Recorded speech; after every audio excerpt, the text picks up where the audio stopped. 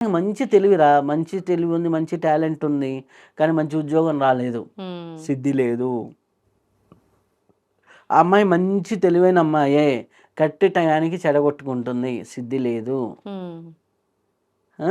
ఆ అమ్మాయి మంచి పనిమంతురాలురా బాబు. హ్మ్. కానీ ఎక్కడ నిలబడదు. బుద్ధి లేదు.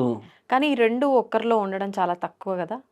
ఈ 2 బ్యాలెన్స్ చేసుకోవడం అవసరం. హ్మ్. ఒక్కరిలో ఉండటం కష్టమా, తక్కువ కాదు. హ్మ్. రెండిటిని బ్యాలెన్స్ చేసుకోవడం అవసరం.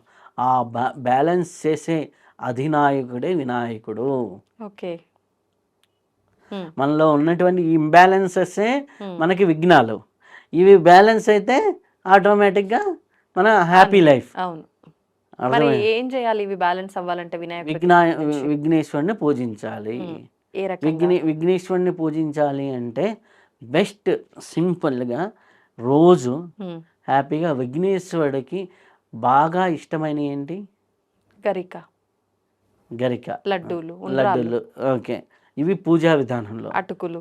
ఇంగా ఇవన్నీ మామూలుగా అందరూ చెప్పేది. ఆ! ఇంకోటి వినాయక చవితి రోజు మనం ఏం చేస్తాం?